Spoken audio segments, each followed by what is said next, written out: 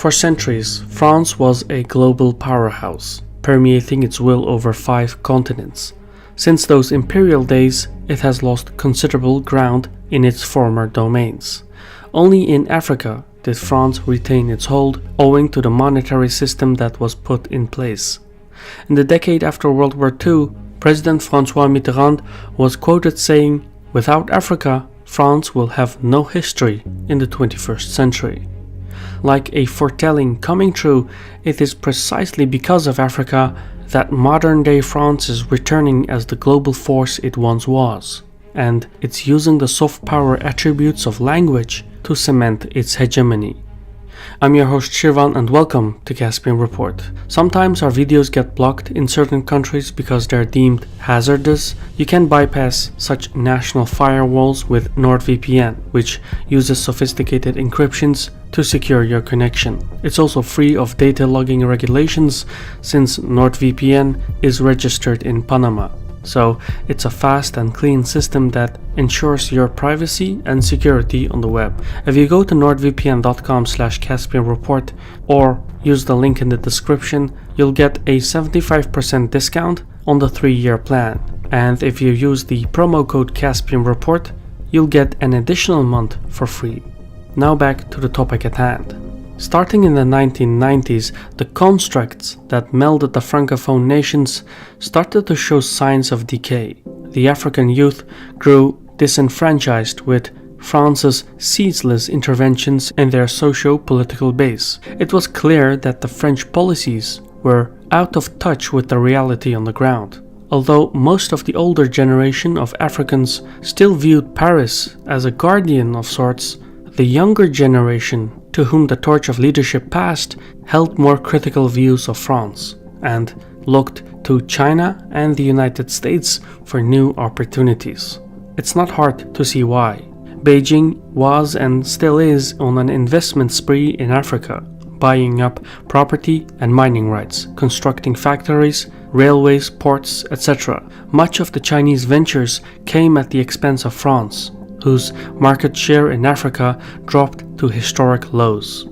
In wake of these developments, France is now adjusting the way it maintains power in Africa, not through force or finances, but by language. In 2018, Macron revealed his plan to rejuvenate the French connection with its former colonies in Africa by planning to spend hundreds of millions of euros in French-based primary and secondary schools. The technicalities and curriculums are yet to be determined, but policymakers in Paris see the French language as their single greatest tool to shape policy. Here's how it works. Foremost, French is different from English in statecraft. With more than 1.5 billion primary and secondary speakers, English is the most widely spoken language worldwide. Whether it's in business, science, or entertainment, English is a dynamic and global force.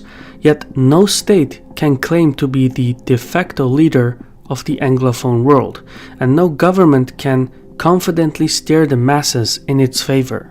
London, New York, Sydney, and Toronto have significant stakes and influences. Even India, currently the second largest English-speaking country, is rising rapidly in the Anglosphere. In geopolitics, language is a form of soft power that is difficult to exercise but influence the relationship between nations nevertheless. However, due to the decentralized nature of English, no state can effectively use that soft power to craft foreign policy. French, meanwhile, is a centralized language. The French Academy in Paris is tasked with publishing and safeguarding the official dictionary of its beloved art. This grants the Paris government a tool to regulate the language more efficiently than seen in other nations. Thus, unlike English, the French government acts as the primary representative of the French language in politics, military, business, media, and so on. Other French-speaking nations like Belgium and Switzerland may be wealthy, but it is France that is the undisputed leader of the French-speaking world. Today, the Francophone community includes 274 million primary and secondary speakers spread over 5 continents, just behind Mandarin, English, Spanish, Arabic, and Hindi. In November 2017, speaking to students in Burkina Faso's capital, President Macron said something peculiar, namely that French could be the #1 language in Africa, and maybe even the world. Turns out, he is onto something. Se renfermer sur telle ou telle langue, refuser la langue française, ou avoir un effet de mode pour la langue anglaise dans le continent africain, c'est ne pas regarder l'avenir. Le français, ce sera la première langue de l'Afrique et peut-être du monde, si nous savons faire, dans les prochaines décennies. Prenons ce défi ensemble. Allons-y, portons-le. A recent study by French investment bank Natixis estimated that some 750 million people will speak French by mid-century, which is an increase of 143% compared to 62% for English in the same duration. This makes French the world's fastest growing language. That is an unusual fact, since the French population isn't exactly booming. But of the 29 countries that recognize French as an official language, 21 are sub-Saharan African states, which also happen to be in midst of a dramatic population boom. This is France's ticket to global power. So by 2050, as the Francophone market share climbs to 8%, up from 3% today, 4 out of 5 French speakers will be Africans. How is this possible, and why are Africans embracing the French language? Well, French, English, Spanish, and Portuguese serve as bridge languages due to the multitude of languages spoken in Africa. Bambara may be one of the native tongues of Mali, but being entirely surrounded by French-speaking nations, Bambara will not get you far in terms of cross-border business. That's why in the 21st century, languages that lack economic and scientific value are dying like flies.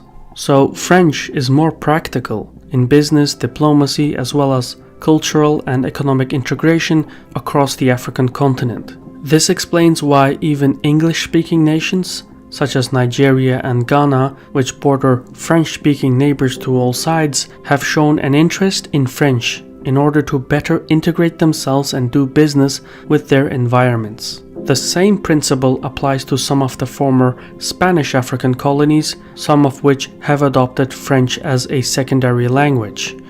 Yes, French influence in Africa is a lasting imposition. That being said, the methodology of the Natixis study is questionable, because it assumes that all people in countries where French is the official language will speak French, which is highly unlikely.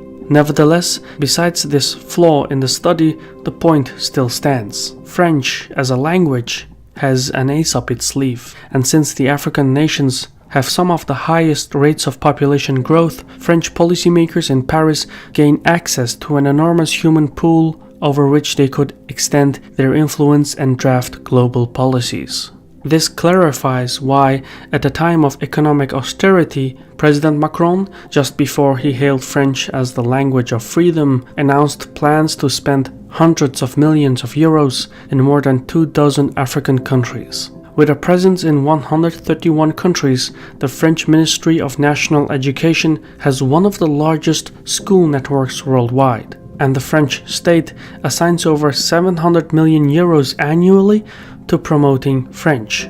Macron's plan is to amplify those efforts and to enhance the quality of French schools and double the number of students in such institutions. To give some context, in many of the African states, funding for quality teachers is scarce, leaving millions of students outside the influence of French.